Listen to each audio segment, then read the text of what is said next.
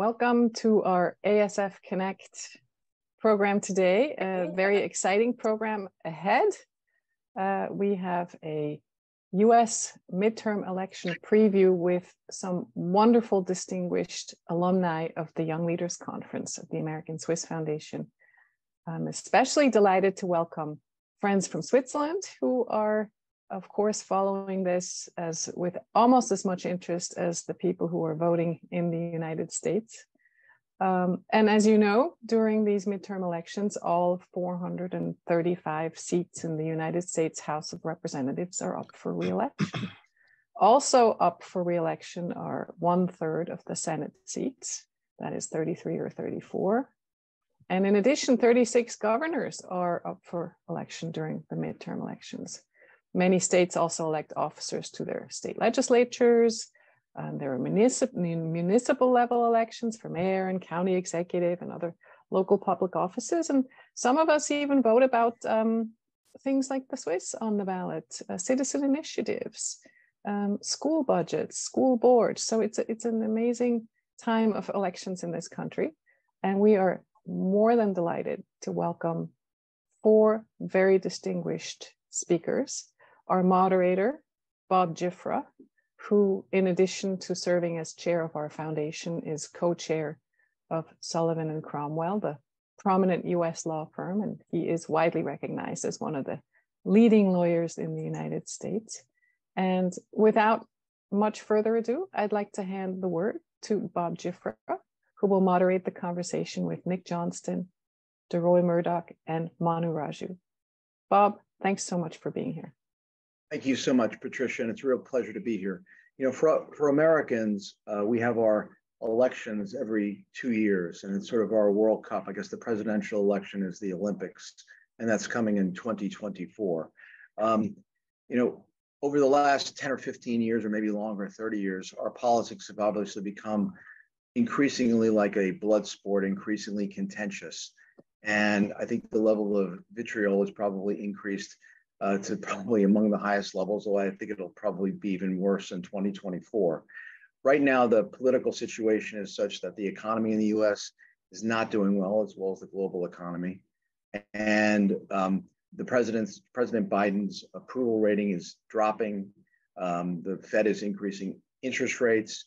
And the Senate is now divided 50-50 with Vice President Harris having to cast votes. Many say that Washington is very dysfunctional. Experts are predicting that there will be a red wave, and it's very common for the president's party to lose seats in the House and Senate. And right now, the president's party controls the House by a very small margin, and there's a 50-50 Senate. We have an incredibly distinguished group here today, starting with Nick Johnston, who is the publisher of Axios, which is an online news company that he founded 5 years ago. Nick was previously managing editor of Bloomberg in Washington and worked for the Washington Post. And most importantly, he was a young leader in 2009. Next up is Deroy Murdock, who was a young leader with me in 1996. Deroy is a contributor to Fox News. He's a contributing editor for the American Spectator. And in 2016, we did one of these election previews, and I was the moderator. And Deroy correctly predicted, very few people did, that Donald Trump would be elected president of the United States. So his prognostication skills are quite well honed. And finally, we have Manu Raju, who is the chief congressional correspondent at CNN, with a very prominent position. He was previously the senior congressional reporter at Politico. He is a native of Chicago and a Chicago sports fan, and he was a young leader in 2013. So I'm going to start off with the big question and start with you, Nick, and then we'll just go around the horn. What do you foresee happening next week on Tuesday? Will the Republican wave blow out the Democrats and Joe Biden will be in a very weakened position, or will there be surprises? I think your base case framing is dead on. I'm thinking back to probably 4 years ago, this exact moment, I was probably on television or on a panel discussion talking about the midterms then, using the exact phrase, is it going to be a blue wave or a blue tsunami? The forces that work in a midterm of a president's first term are just like, it's one of the few historical political truths that you can almost bet money on. And so when I think about how I'm going to spend Tuesday, I don't think I'm going to pay very close attention to the House at all. I think a lot of the trends, the basic underlying trends, the approval rating trends that you're talking about, the individual House rating trends, and then just the historical trends of midterms make it will take the House. And so I'm going to watch the Senate. I think the Senate is very much more driven by candidate quality and probably there's some places where you can get away from the broader trends. And that is the one that I think is on knife edge. And so I am not going to make a Senate prediction here because I will be wrong. Deroy.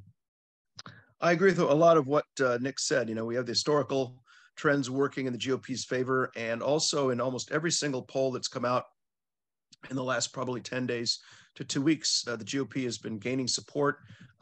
Races that looked like they were toss-ups are moving towards the GOP. Some that were likely Democrat now only have become lean Democrat, et cetera. So I think the GOP is probably going to pick up somewhere between 20 and maybe 30, 35 seats in the House. I think they're going to do very well in the Senate, seats that look pretty shaky. Again, 2-3 weeks ago, for example, in Nevada, in Georgia, and even Arizona are now looking much better for the GOP. And also governorships. Here in New York City, where I live, we're looking at the distinct possibility of Lee Zeldin, who's a Republican, becoming the next governor of New York. People are very upset about, obviously, inflation and all that, but the crime situation in the United States has gotten totally out of control. A lot of smart Republicans have been pushing that issue. And so I think they're going to do very well in the governorships as well, even possibly in the very, very hard Democrat state of New York. Manu. Yeah, I mean, I think the House is likely to flip. I do think it's important, though, to see the margins on how many seats the House will pick up. The House Republicans will pick up, because that will have significant ramifications for how Kevin McCarthy, assuming he is Speaker, can govern. And if it's not as big of a wave as the Republicans hope, then he'll have a harder time getting his agenda through, harder time potentially locking down the votes to become Speaker, and dealing with some major issues that they're going to have to deal with, like such as avoiding a debt default in the new Congress, or even basic elements of governing, like passing government funding. So the margins are extremely significant in the House. In the Senate, it is on a knife's edge. Once we will start to get a sense as we go across the country where things are, but we may not get a sense right away. Pennsylvania, for instance, a Republican-held seat in which a retiring senator, of course, one of the biggest races in the country, they don't open those mail-in ballots until Election Day. So we will not know until late in the night whether John Fetterman will allow Democrats to pick up that critical seat. In Georgia, we may not know who will become the next senator of Georgia, because you need to get 50+1 to avoid a December runoff. And both candidates could be under 50% because there's a libertarian in the race that could help them under 50%. So we may not know the winner in Georgia for some time. And how close do those races in Nevada get, as well as Arizona, where the Republicans seem to be closing the margin a bit? Can Republicans hold on to their Senate seat in Wisconsin as well? All huge questions determining whether or not this flips one way or the other. But again, we may not know on Election Day. It may take a few days to sort out, because these races are just incredibly close. The polls show most of them within a margin of error. And it essentially means who turns out and whether or not, each side is effective in rallying their base to the polls. Back when Bill Clinton was first elected president, James Carville made the comment, it's the economy, stupid. That was the driving issue. I think a lot of people going into this election cycle thought that with the Supreme Court decision in Dobbs, and that abortion would be, sort of a decisive issue for the Democrats. And it appears, and also maybe Donald Trump. The Democrats seem to be running on Donald Trump and maybe abortion, and the Republicans are sort of running on the economy. What issues do you see as being the animating issues in this election, starting with you, Manu? So I've traveled to most of these swing states over the last 2-3 months, not longer. I just came back from Nevada this past week and did a story on the Senate race out there. I was in Georgia, as well as I was there for a House race in the New York suburbs there as well, just in the last 2.5 weeks. And Wisconsin as well. It's all kind of a blur. But no question about it, like inflation and the economy are the biggest issues. And that is why the Republicans feel so confident at this point, because they can easily point the blame on the other guy for the party in power for not doing enough in dealing with inflation. Abortion is certainly a driving issue among Democrats. If you talk to most Democrats, they probably would have felt a lot better in August if the election were held then instead of now. It is certainly going to drive Democratic voters to the polls, but is that enough to win over some of those swing voters who may believe in abortion rights, but may be voting more on their pocketbooks more than anything else? You do hear Republicans, you see the Republican offensive on the issues of crime. That is certainly animating some key races like the New York governor's race. That's one big reason why the Republican candidate Lee Zeldin has closed the gap there. Voters don't necessarily rank that as high as the economy, but it's still a significant issue this year. But you are essentially seeing Democrats and Republicans playing in two different issue sets. Republicans leaning hard on the economy and crime, Democrats leaning hard on the issues of abortion, to some extent democracy as well, preserving democracy in the face of election denying. So what will ultimately turn out at the end of the day remains to be seen. But it has been interesting to see those two different areas. The two parties make different calculations about what ultimately will help them carry the day. Roy. Yeah, very much the economy. People are talking about the economy, inflation, high gas prices. Gas prices were $2.39 when Biden per gallon of gasoline when Joe Biden came to office. They peaked at $5.01 and then started going back down. They've now gone back up to about $3.80, $3.85, something like that. So people are very concerned about just being able to get the gas to get to work. That's a big concern. Food prices have gone up. The price of everything in this country's gone up. Hotel rooms, airplane tickets, you name it. Crime, as I mentioned, is a big concern. And not just crime like we used to know it, where you might have one, gang member A shoot up gang member B, but it's become incredibly random. People walk down the street, minding their own business, not bothering anybody, and then somebody will just come up and knife them or sock them in their temples, put them in a coma. So the randomness of crime has become something even more concerning than things like drive-by shootings between rival gangs, that kind of thing. What's being taught in schools is a big issue. A lot of concern about critical race theory, gender theory, little kids in second, third grade hearing all about, transgenderism and drag queen story hour. This sort of thing's been a big concern. And I think a lot of people are concerned about what's happening on the US border, which is total chaos. We've had something like about, I think under Biden, 3.8 million illegal aliens coming to the country. They're just marching in constantly. You watch it every day and every night. They're just coming in. And that plus these people being brought into New York City and being given free hotel rooms and medical care, that's been an issue the GOP has pushed, I think, quite successfully. Nick. Oh, Nick, you're right. Nick, we don't hear you. You're muted. Oh, sorry. That's probably, we're not having a lot of arguments here. Like, I don't get to travel and talk to voters as much as Manu does. I'm stuck in offices all the time, so I just read Twitter, and so that means I'm looking at polls. And fortunately for Manu, the polls agree with what voters are telling him. I just took a second here to pull up the latest thing I saw this morning, and you look at the trend lines very broadly.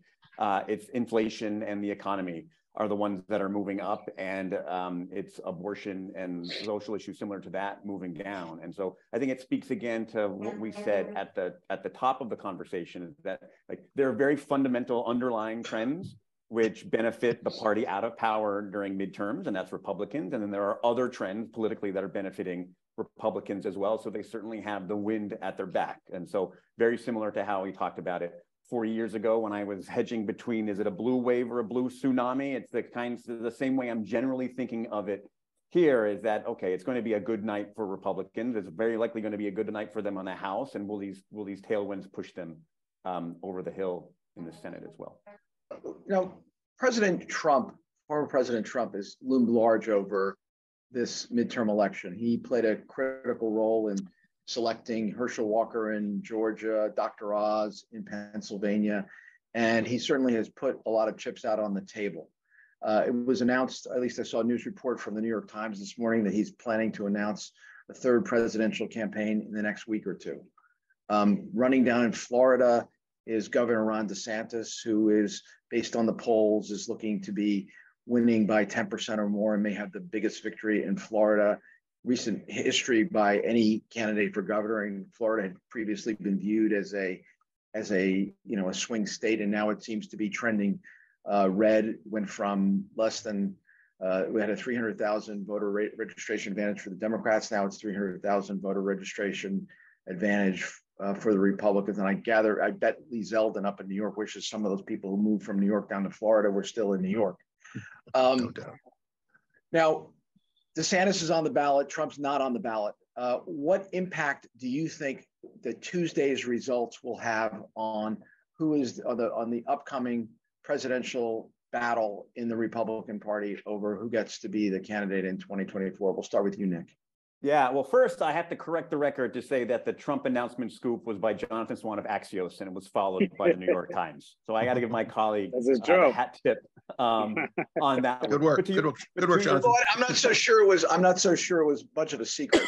I mean, well, the date we've got, but I think that's exactly the point, is that the elephant, as it were, in the room is the presence of Trump on the ballot through proxies, through candidates that he has picked, that he has endorsed over the objections of probably the powers that be in the Republican Party.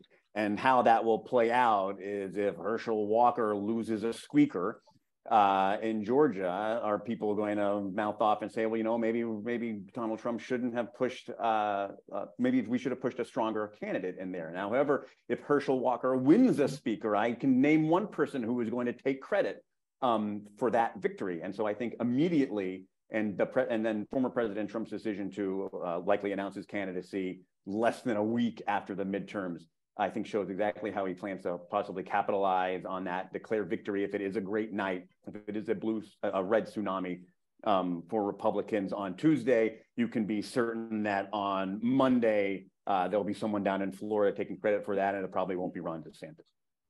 Roy. Yeah, I think that you mentioned proxies. That's exactly what has taken place in this race. Donald J. Trump basically pushed a number of people, some for governor, like Carrie Lake in Arizona, others for Senate, like Herschel Walker in Georgia, Blake Masters in Arizona, a man by the name of General Don Bolduc in New Hampshire, and others. And he's really put a lot of chips on the table insofar as these people are either going to win or lose on Tuesday. If they get wiped out, people are going to say, well, you know, Trump screwed up. He shouldn't have pushed these people forward. If on the other hand they win, especially if they win in places like New Hampshire, where Maggie Hassan until a few weeks ago thought her Senate seat in New Hampshire was a lock. It looks like latest polls have Don Bolduc ahead by 1%. So if these Trump approved, as they're called, Trump approved is kind of the brand name they use.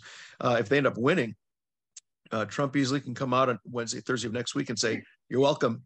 And it'll make it a lot easier for him to say he's going to run for president. If these folks get wiped out, then people are going to be upset at him for that. But so far, a lot of these candidates who folks thought would not prevail, and now it looks like a lot of them will. Trump is going to be able to say, "Look, I picked these people, I picked well, and now it's time for me to come back and have a second chance to be in the White House." Manu.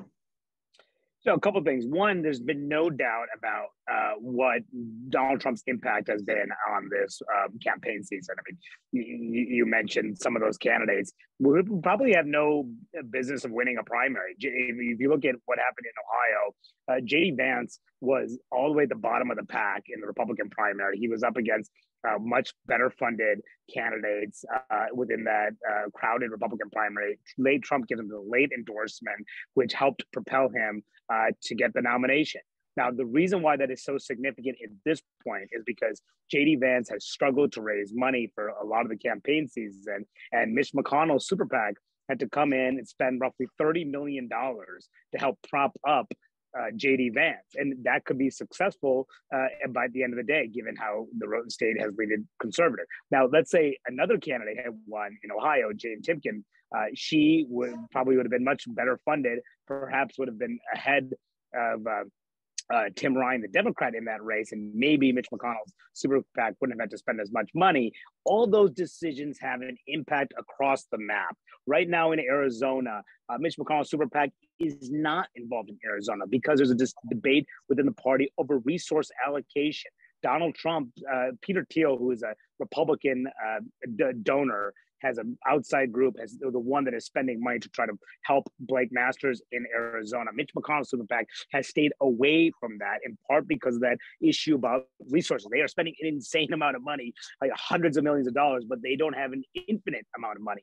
Everything is finite. So, but Donald Trump's impact cannot be downplayed in the broader general election. Certainly in the primary, he got his candidates, but let's just say the Republicans fall short in Arizona, or they, you know, we talked about in Georgia. Obviously, the fingers will be pointed at Donald Trump, but no, any way you look at it, any way you slice it, his impact has been profound this campaign season. Okay, well, let's assume it's, you know, maybe Friday, a week from today. You know, I'm going to throw out some names. You want to just tell me who you think the winners and the losers are going to be. Obviously, Donald Trump, Joe Biden, those are some. Then you've got DeSantis. And then you've got Kevin McCarthy, who many people say may be a loser because being the Speaker of the House has not been a great job on the Republican side, because the Republicans tend to go after the leader. Mitch McConnell is someone who Donald Trump obviously has said should not be the majority leader. He you know, is not lockstep with Trump. He's going to be in a tough spot. Who do you think the winners and losers will be on Tuesday at a macro level other than the individual candidates? Manu. Well, I think it's hard to see Joe Biden emerging as the winner here. I mean, almost certainly the House is going to flip, and he is going to face a lot of pressure from Republicans who plan to use their subpoena power, investigate all aspects of his administration, investigate his son, Hunter Biden. So even though he's in the White House, getting legislation through the House and the Senate, even the Senate flips, will be very difficult. You have 60 votes to overcome a filibuster in the Senate. That won't happen on most situations in a narrowly divided Senate. So Joe Biden will be not worried about the legislative front. He will have to worry about the investigative front. And that's why he almost certainly, assuming the House flips, will be the loser. Look, Kevin McCarthy, you're right. He will have a very difficult time as a speaker, but that also is so significant how big the margin is, determining how many votes he has to play with, that he can ignore a certain faction of the conference if it's a large majority. But if it's a small majority, that small faction that gives him fits, usually the far right part of his conference, he'll have to listen to. So that will be instructive as well. And Nancy Pelosi is someone we're going to have to watch immediately after the elections. You know, she has ruled her Democratic caucus with an iron fist for 2 decades, but this seems to be the end of her tenure. And what does she decide to do? Does she immediately decide to step aside? Did she not try to somehow hold on to power, which seems highly unlikely? And what does that mean for her future successor and the leadership fight to succeed her? So, yeah, I think those are some of the dynamics among the leaders involved here. But Deroy. I agree with everything Manu said. All that stuff makes a lot of sense. I'll just mention a couple of other people. Regarding McCarthy, there's actually attended a speech by one of the leaders of the Freedom Caucus, and he said that he hopes that there is a majority, but not too big a majority. If let's say the Republicans pick up 40 seats, they'll be able to, Kevin McCarthy will be able to bring any bill he wants. It'll pass easily, and he won't have to listen to the Freedom Caucus. If it's, let's say they pick up 15 seats, he'll need every Freedom Caucus member, and then the Freedom Caucus can say, look, you know, we're not on board with this bill unless you do this, this, and this. So ironically, you've got some people wishing for a majority, but not too big a majority, which you wouldn't expect.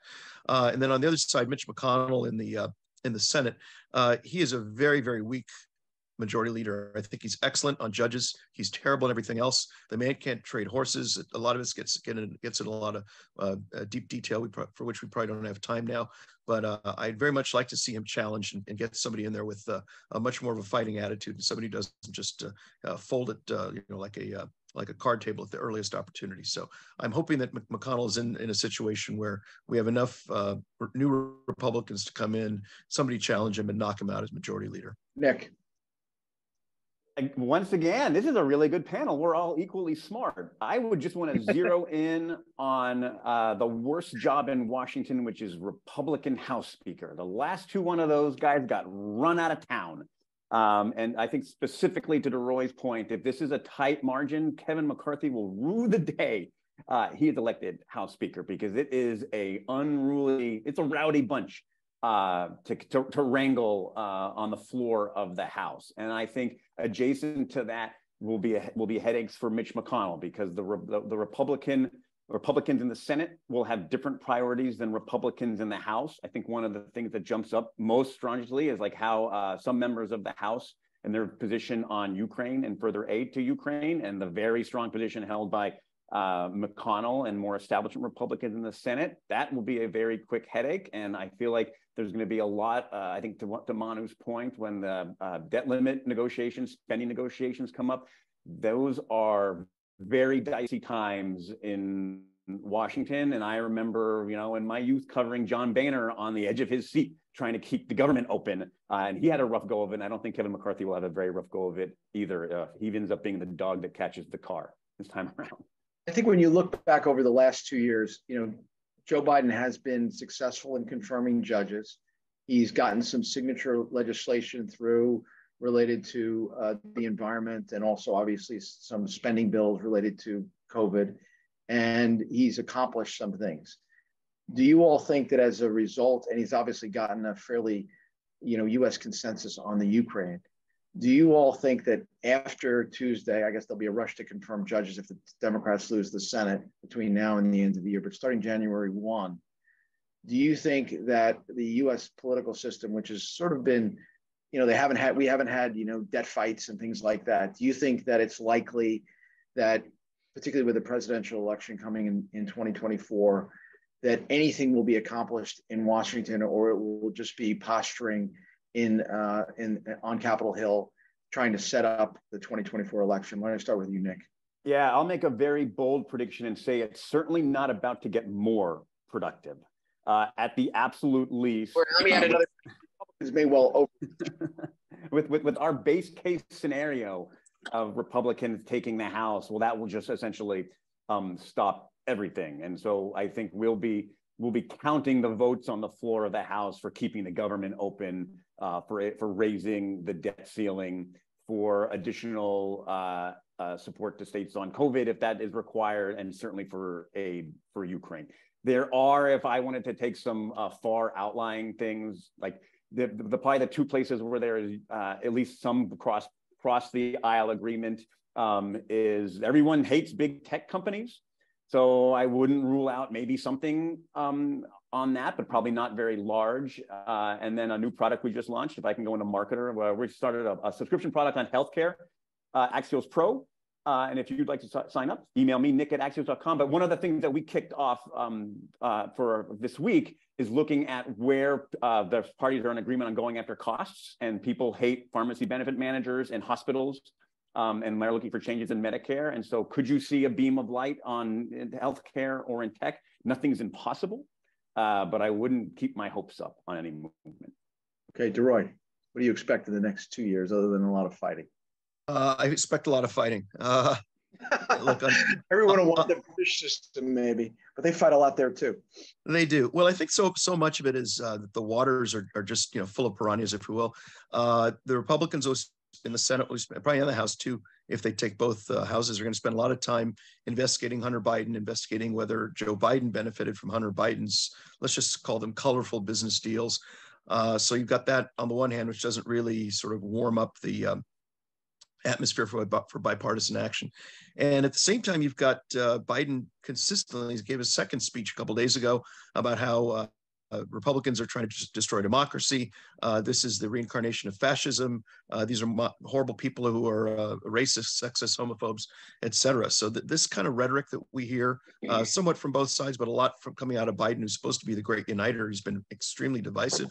When you're on the right and hear that sort of thing, you don't really feel like you want to, call an Uber or a cab and rush over to the White House to see what kind of a deal you can make. There may be some small areas of compromise or of mutual action, but I think a lot of it will just be both parties totally at loggerheads. Manu. Both parties totally at loggerheads is absolutely the case. Look, I'll just point you to a handful of data points from this Congress. There were three bills that were passed with bipartisan support in the Senate. the infrastructure bill, the CHIPS Act, the semiconductor chips that bill dealing with that, and other science initiatives, and one dealing with gun violence. Those bills had the support of Republican leaders in the Senate, Mitch McConnell, most notably. We look on the House side, they had a vast minority of the House Republican Conference minority supporting those bills, a vast majority in the Republican Conference in the House opposing the bills, including Kevin McCarthy and the Republican leadership. And that shows you, kind of tells you, those bills that could pass on a bipartisan basis in this atmosphere don't have that bipartisan support in the House. So when the House flips, the chances of them doing something like that on a bipartisan level basis shrinks even more. And the House is generally a much more partisan institution than the Senate is.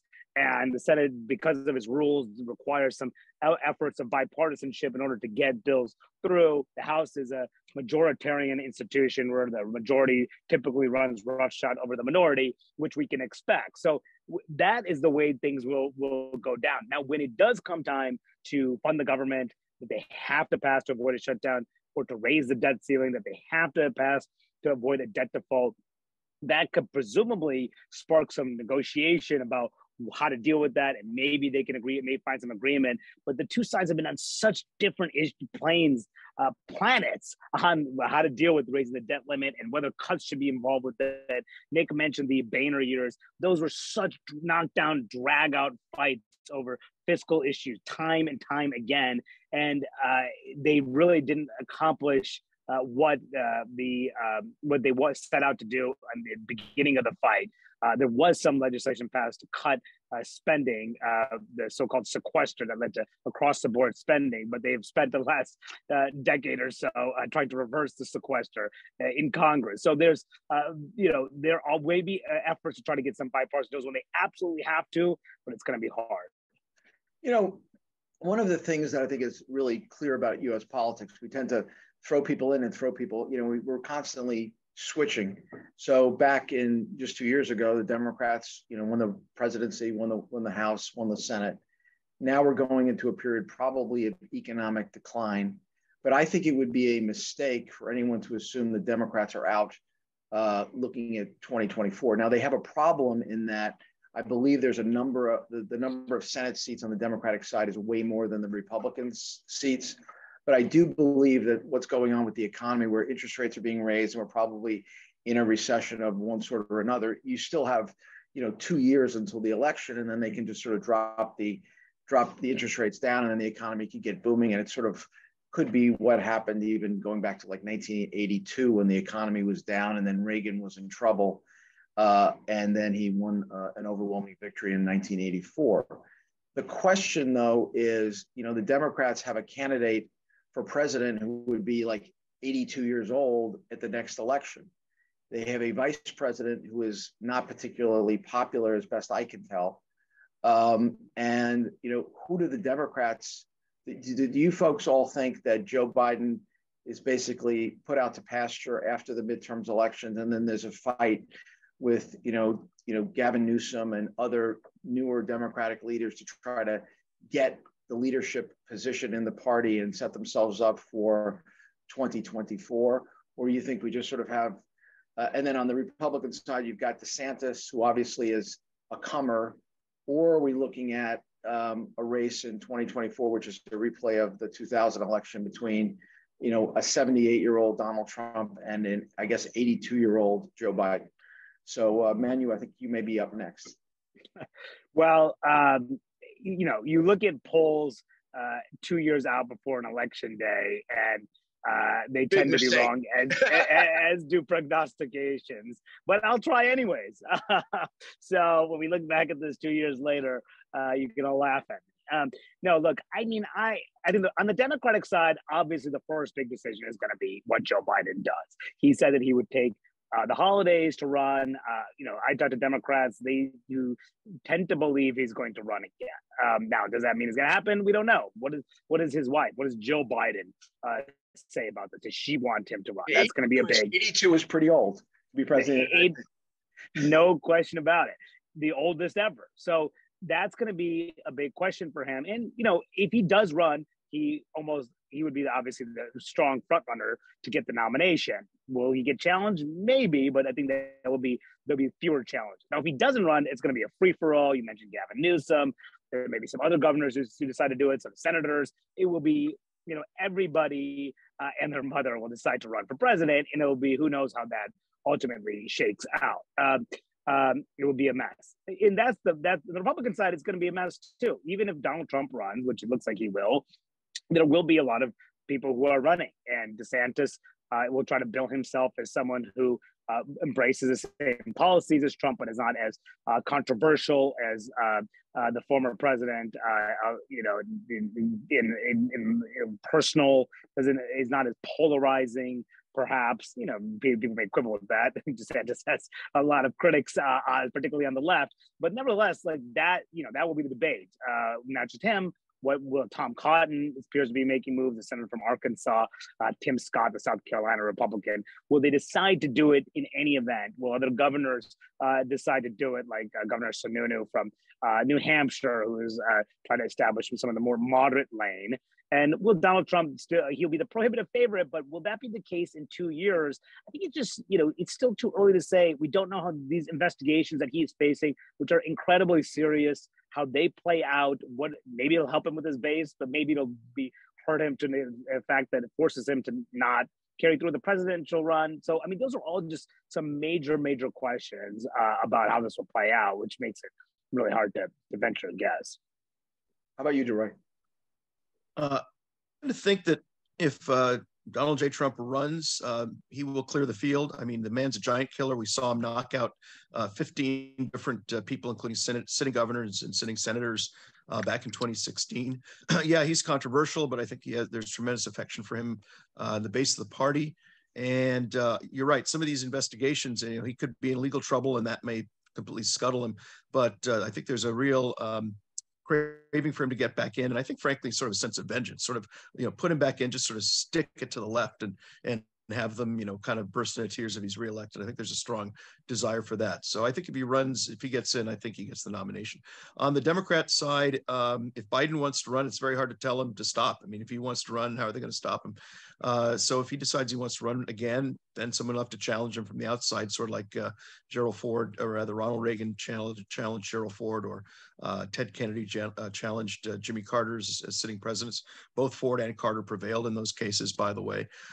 If Kamala Harris is running, the hard thing for the Democrats is how do you get Kamala Harris out of the way when she is a Black woman, with Black women being essentially the base of the Democrat Party? And I think the only way that you trump a Black woman in the Democrat Party is another Black woman, and her name would be Michelle Obama. And if the Democrats are smart, they'll run her, and she will be very, very hard to stop indeed. Nick. Robert, I'm going to tell you the same thing I told you on the pre-call. Can we at least have this election before talking about the next one? I'll ask you a different question. No, I'll still do it. I think, but as far as I think we can say is that there are just two things that matter, and it's Joe Biden and Donald Trump. And there is no reporting or evidence that leads us to believe that Joe Biden is going to clear away from Michelle Obama.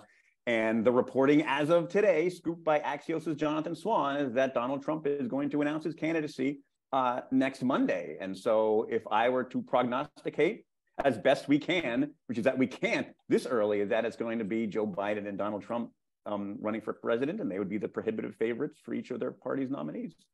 Let me ask another person I think who's in the hot seat in Washington right now is our Attorney General, Merrick Garland. He's got a very tough couple of decisions to make. And there's been talk about how he might appoint a special counsel, sort of like a Ken Starr, Robert Mueller type, to actually make the tough call about whether to indict former President Trump in the middle of a presidential election over the Mar-a-Lago document issue. Now, Donald Trump also is facing a serious investigation, it appears, at least in a not favorable form, in Georgia. And then there's litigation going on in New York. He basically needs almost a full-time law firm to deal with all the cases he's got. Do you think that's going to be the legal issues of Donald Trump will likely be the big story of sort of the first half of 2023, Nick? Yeah, I think, and I'm sorry the lights went out here. I'm in Europe. I hope it doesn't relate to some kind of natural gas Lights are crisis. going out in Europe. But I think I would say that is a huge element to that. And some of our reporting that we've done has shown that even that legal risk is factoring into some of what the president and his advisors, or the former president and his advisors, are deciding to do as far as timing of any kind of run. And this is the $1 million question, of course, related to the former president, is what will be the outcome of these investigations, and will the Department of Justice make that decision to indict a former president and possibly a former president who has declared that he is running for re-election? South America comes to the United States. Well, I mean, but talk about things that I will not prognosticate upon. Now we're totally in that area, and I think anyone who tells you they know what Merrick Garland is thinking is lying about how good their sources are. All right, Deroy. I think that Trump would be actually, I was thinking about this just now, that would be kind of early. Why would Trump announce on Monday that he's running for election? It would actually be very smart not from a political standpoint necessarily, but from a legal standpoint. I think if he is not just someone thinking about running, but in fact an active declared presidential candidate, it makes it that much harder for the Department of Justice to go after a former president who is running for re-election. So I think that puts a little bit of a protective shield around him. When it comes to these legal questions, I've usually asked the question, well, what crime are you accusing him of doing? Now, as far as the Mar-a-Lago documents, he said he declassified them. The president of the United States has complete authority to declassify documents. We might not like that. Maybe we should pass a law to change that. But right now, that is the way the law works. So if in fact he declassifies those documents, that might be untoward or unseemly or obnoxious, but as far as I can tell, that's not against the law. And in Georgia, they're saying, oh, he tried to get a different slate of electors approved than those won by Joe Biden. That's what happens in every election. You have a slate of electors dedicated to the Republican nominee, one of the Democrat nominee. We fight about it. Sometimes we fight about it all the way to the House floor when the joint session of Congress opens up the electoral college ballots from each state. And the Democrats and Republicans, usually Democrats, have gotten up and objected, as they did in 2016, as they did in 2004, in 2000, all the way back to 1968. So the idea that you're trying to get a different slate of electors approved than the one that originally was sort of announced to be one, this is part of our process. I don't see how that's against the law. You might find it obnoxious or unruly or cantankerous or curmudgeonly, but I don't think it's against the law to try to get your slate of electors approved rather than the other nominee's slate of electors. That's called the American political system. Okay, Manu. Yeah, I mean, I think that we don't know the full extent of these investigations. We certainly don't know everything in the Mar-a-Lago case, whether they're looking at issues about obstruction of justice.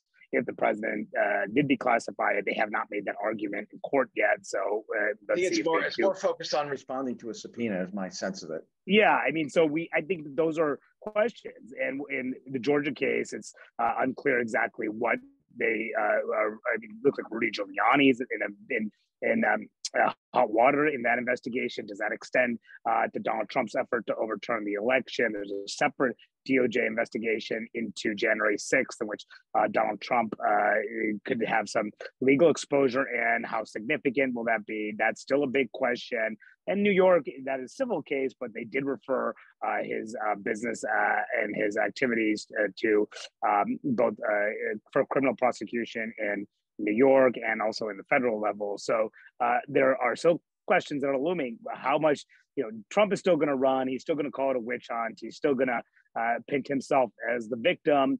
That could work. It could work with his base, certainly that agrees with them. But if it's a real legal problem, that is also could make things harder for him to continue as a candidate. So I just think there's just so many unanswered questions. And Merrick Garland has big decisions to make, but same with these prosecutors at the local level. I think the problem that Trump may face is that if they were to bring a case, if they brought it in the District of Columbia, that would not be a jury pool that I'd want to try that case in.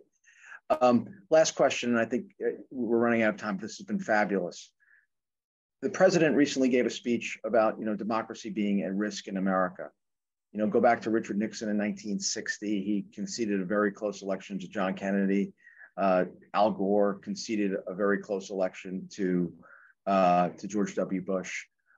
We've got a lot of people, still questioning the results of the last presidential election, including Donald Trump.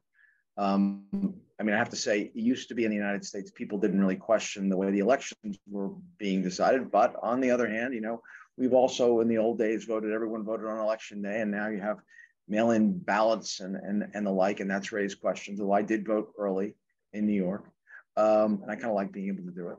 I got to work on Tuesday, and so for our Swiss friends, is democracy in trouble in America, or is this just another period like where we've had a lot of contention? I mean, people sometimes forget we actually had a civil war in America in the 19th century. So I don't think we're at that level yet, but there certainly is questions about the state of American democracy. So why don't I ask each of our panelists, and then we'll end this. So Manu? I mean, it's a hard question to answer. I mean, obviously the rhetoric is very heated about the election and democracy being at risk. There are candidates that are running for office who deny the election results or will commit to accepting the election results. Does that mean that democracy is at risk? One side says that's the case. The other side says that's overblown. I mean, I was in this building in right here. I'm in the Senate right now on January 6th in this exact room where I was broadcasting live. Rioters and insurrectionists were outside the hallway where I am. I mean, it was not a peaceful protest. It was a violent attack on the Capitol. I witnessed it with my own eyes. That people died. It was a really horrible situation that interrupted an effort to lead to a peaceful transfer of power. Hopefully that never happens again. We'll see how law enforcement responds in the long run. We'll see how our political leaders respond to this. But what happened on January 6th has become so politicized itself in our national discourse when it appeared immediately afterwards that both sides agree that obviously this could never happen again. But what was the cause of it, what led to it, has been such a intense debate that it's unclear if something like this could be prevented again. So I hope it doesn't happen again. There's obviously no way for me to predict whether or not democracy is at risk. But what we saw a year and a half ago was obviously something that hopefully never happens again. Okay, Deroy, 1 minute, and then Nick 1 minute, and then I think we're over our time. You've all been great. Thank you. Well, great to be with you folks. Enjoyed the opportunity to be here. As far as the so-called democracy being in peril, we hear from Joe Biden and the Democrats that Republicans are threatening election, or threatening democracy. If the Republicans win on Tuesday, democracy will end, and so on and so on. What these folks seem to forget, obviously January 6th was a nightmare. I denounced it in real time as it happened. But in 2016, after Trump won and Hillary lost, we had Democrats wondering, was this a hacked election? Did Russia get involved in this? Was cheating involved? There's an excellent video in which you'll see about 115 clips by Democrats talking about this. It's done by a guy named Matt Orfalea. I'll put his name here if you're able to read that or not. I guess you can't read it. It's Orfalea, Orfalea. And this video is fascinating. You'll see election denial on the part of Democrats from 2016 saying that Trump is illegitimate and this was a stolen election. So the idea that only Republicans is doing this is ridiculous. Democrats have done this for years. I think the best way to increase confidence in democracy is go back to election day, show up the polls or their poll workers, stop the drop boxes, stop the early voting, stop the mass mail-in ballots. We want people to vote somewhere where people can watch them vote rather than at home where God only knows what's going on. If we go back to the old system we have, I think there'll be less reason for people to think that our democracy doesn't work. I think we're ultimately going to be heading toward computer voting, but I think voting at home, but we'll see. It could happen. It could happen. I don't like that Nick, one. It could happen though. Nick? There's no evidence. The last word in the darkness. Yeah, there's no evidence that the different styles of voting during the last election led to any kind of fraud or irregularities. And there's one party that accepts the result of the last election. There's one party that doesn't, and there's one party that uniformly does not say they will accept the outcome, whether they win or lose. And I hope that that doesn't lead to chaos next week. Okay, well, thank you very much. This was fantastic, as good as you could see on any American TV show. And we really appreciate all of you, and you make the Young Leaders Program very proud. So thank you very much. Thank you. Great to be with you. Thanks very much. Thank you. Yeah, thanks for having me. Thank you so much. This concludes our program. Thank you, our panelists. Thank you, our great moderator. You've covered so much territory. Fabulous to be with you. Have a wonderful weekend. And those of you who are Americans, vote. Thank you. Thank you all very much.